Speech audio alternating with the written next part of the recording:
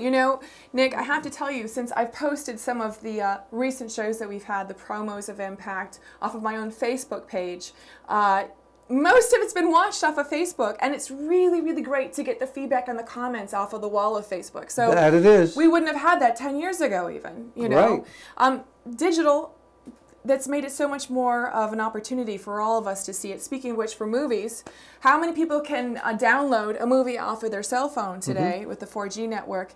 And speaking of which, of course, as you know, I had Shawn Schaffer on my show. Shawn Schaffer, I heard about him. Now, what was his claim to fame? Well, he's building it, that's for sure. He's a cinematographer from Amsterdam, New York, of course. And he was interviewed, I was interviewing him to talk a little bit about his recent experience on the major feature out of LA of Love Orchard, which is produced by Kristanna Loken and Chris Loken and Farhad Mann, who is a major director. He made the pilot for Max Headroom, if you can believe it. Wow. Isn't that great that we have local talent that gets involved in national productions right here in the capital region? So much is going on, films, movies, television, you know, that's right here. The face of the world today, really. So to have someone like Bruce Dern and camping out over in Kinderhook, New York, and have then Shawn sitting there reading his, I was watching off of Shawn's Facebook page how he has been reading his biography lately. So it's kind of neat. You know, you can be local and still think global, which is what we're all about. Sure is, and we're going to tell you all about that here on our new show, Impact. Yep. So take a look at this with Shawn, and we hope you enjoy.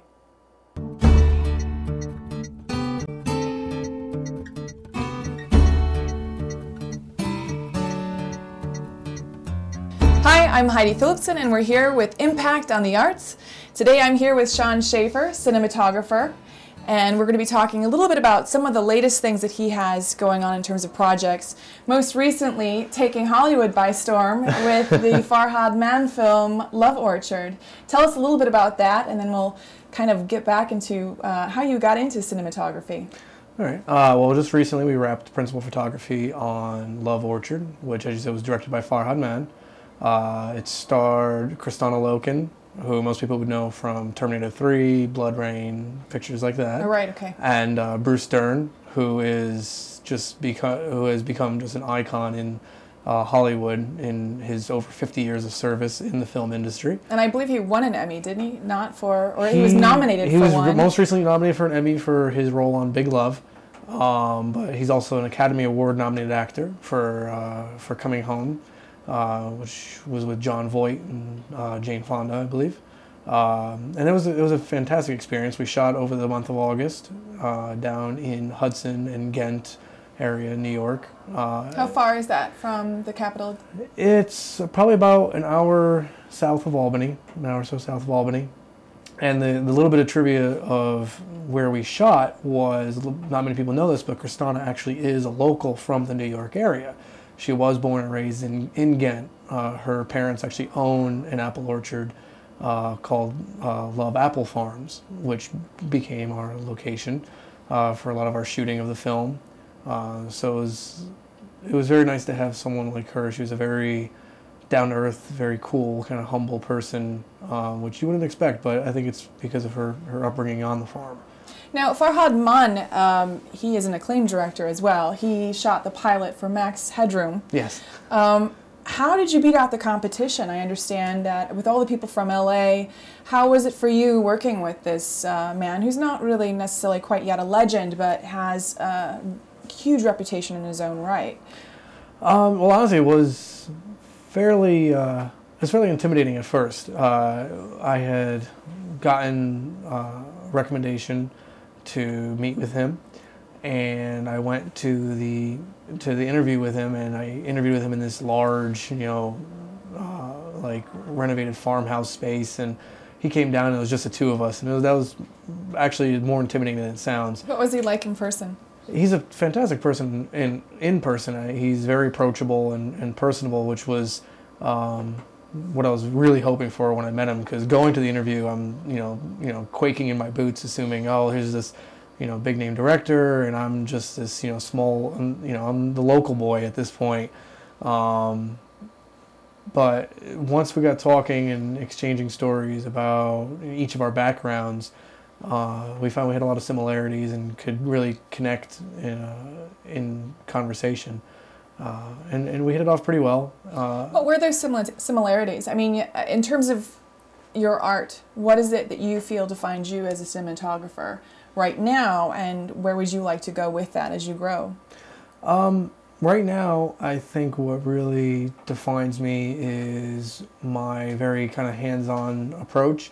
I am traditionally a very kind of European-style cinematographer, where I'm more of a lighting cameraman. I'm very hands-on in the operation of my camera and in the lighting of the scenes, which was a bit of a departure for me on Love Orchard, as it was really my first opportunity to sit at the monitor and be the director of photography and be able to delegate, and be able to have people that I can trust to delegate the way I wanted the composition of the frame to be, the way I wanted the lighting to be. And usually you would do that yourself. Usually I'm there. I'm putting lights on stands. I'm running back and forth from the monitor. I'm checking to make sure that this is right, that this edge light is right. Do I need a flag or something like that? But it was very, like I said, it was a very welcome departure to be able to sit at the monitor and watch the frame kind of unfold and the imagery unfold as I had envisioned it, and be able to watch the process instead of being so hands-on in the process. Did you have any growing pains during that experience? Where you feel that you had, you really had to stretch, or is it just one of those things where it happened gradually and then you realized, wow, this has been something where I've gotten a lot from this also as an artist? It was. I always like to say on a lot of projects that by the time you're done, you'll be ready to begin.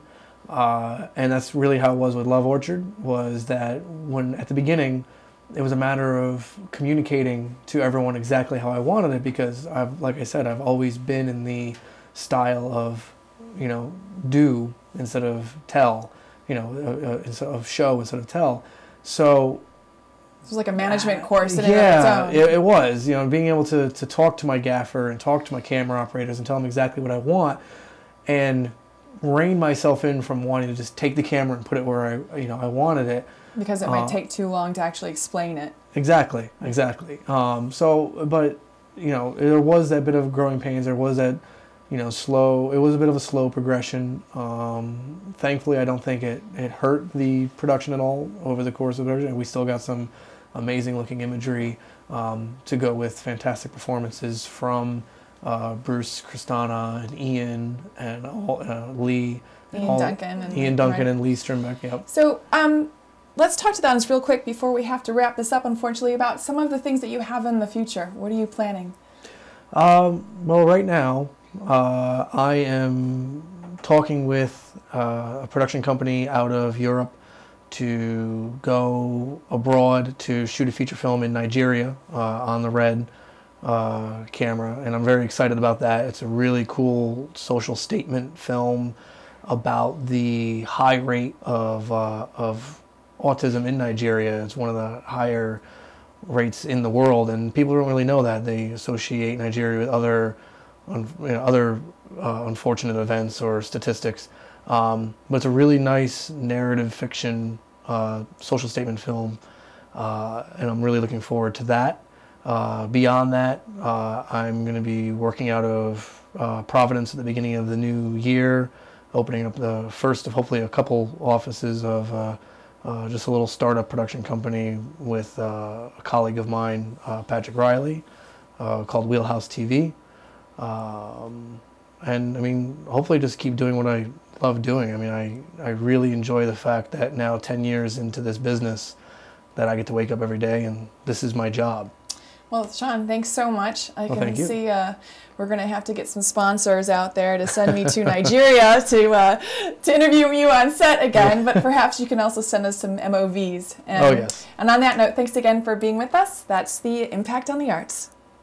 Well, nice interview with Shawn. Heidi, it'd be interesting to see as he develops what he'll be doing several years from now. We'll definitely have to hold on to that. Yeah, we'll keep an eye on. But right now we're going to take a short break. Yeah. So don't go away. We'll be right back. Get some coffee.